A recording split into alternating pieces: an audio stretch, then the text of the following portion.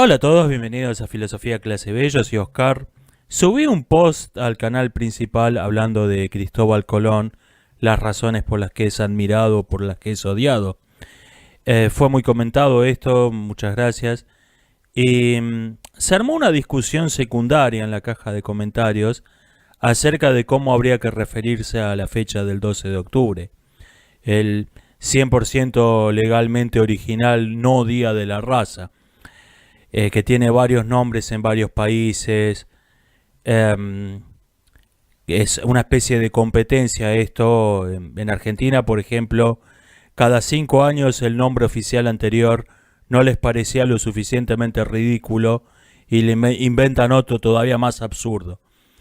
Pero, ¿cómo habría que referirse al 12 de octubre? Bueno, empecemos por el más común. Detesto el término Día de la Raza, invento de Franco y mitad por el inventor, pero además, aunque no alude directamente a la teoría racial, sigue sin agradarme.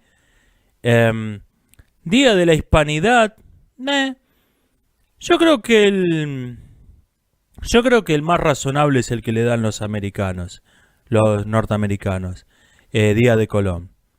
Y si no, uno que me gustaría todavía más es Día del Descubrimiento de América.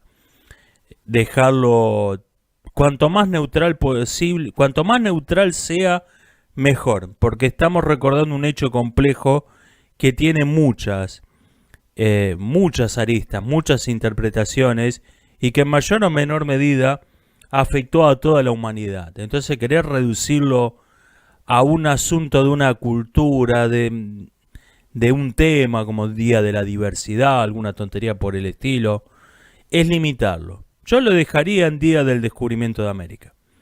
Yo lo dejaría lo más neutral posible.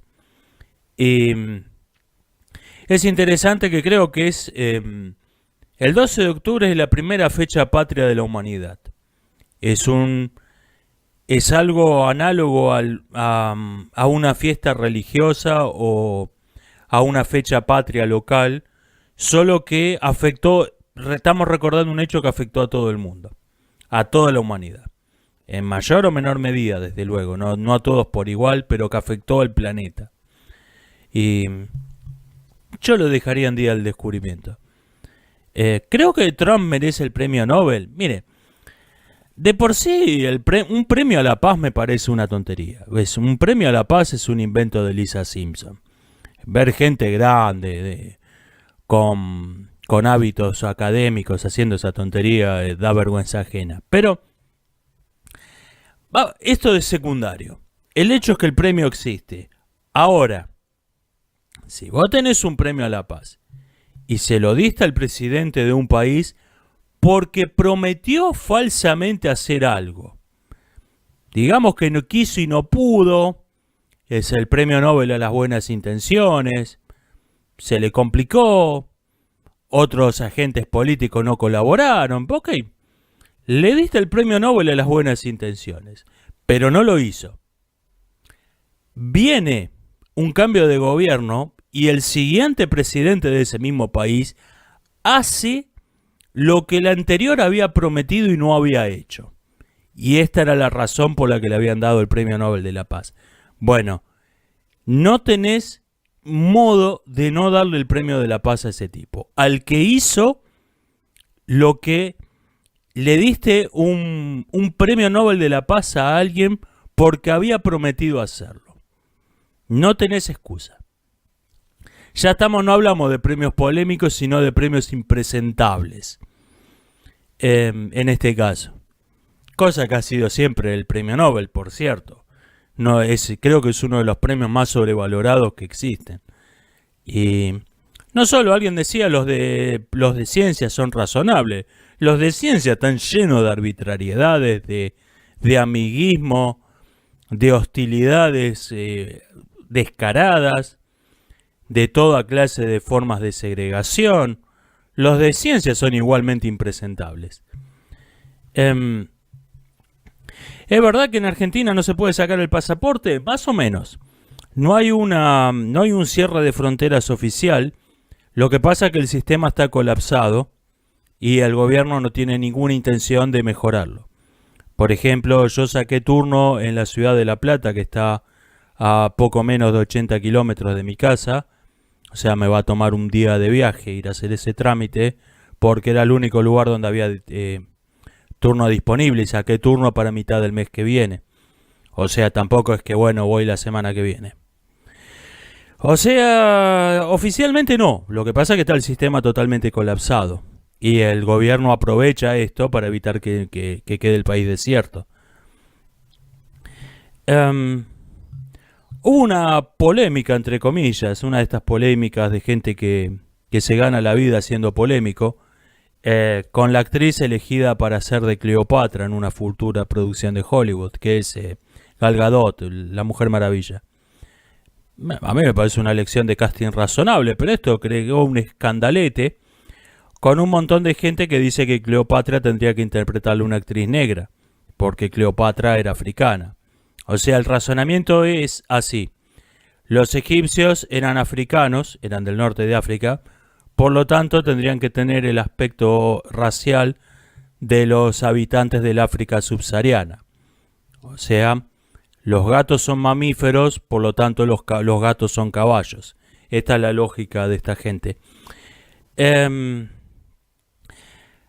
No me interesa en lo más mínimo esta polémica, pero es un tema interesante para hablar de algo que se ha discutido quizá demasiado. ¿De qué color era Cleopatra? Es una historia interesante porque lo que decían es que Cleopatra tiene que ser blanca porque era macedonia, era descendiente de macedonios. Sí, lo que no están teniendo en cuenta es que era descendiente de macedonios por línea paterna. Era una sociedad patriarcal. Los antepasados femeninos no se contaban. ¿Y qué pasa? Que estos macedonios, casi todos hombres, instalados en Egipto, se tienen que haber casado con... Durante varias generaciones se tienen que haber casado con mujeres africanas. Egipcias mayormente, quizás algunas del África subsahariana. Hay un documento que sugiere que la madre de Cleopatra era etíope. Así que, en términos actuales, aunque esto no tenía ningún sentido en la antigüedad, diríamos que era mulata. La iconografía de Cleopatra es interesante porque es una obra maestra de la propaganda política. Cleopatra, que probablemente fuese mulata, imprimía monedas de plata para comerciar en el Mediterráneo y monedas de bronce para comerciar en el África subsahariana. Y las monedas de plata la muestran como una griega, blanca, con el pelo lacio, la nariz triangular típica de las esculturas griegas, y las monedas de cobre, las monedas de bronce, la muestran como una africana. Labios carnosos, nariz chata, cejas prominentes. O sea, es que probablemente ambas representaciones sean falsas. Por cierto, y las pinturas oficiales la representan como egipcia. O sea, siempre se mostraba como yo soy una de ustedes. Sean quien diablos sean ustedes. Eso es una obra maestra de la propaganda. Eso es una obra maestra de la propaganda, de la propaganda política de la antigüedad. Alguien me propuso que hiciéramos un debate sobre la ideología del género con otro youtuber.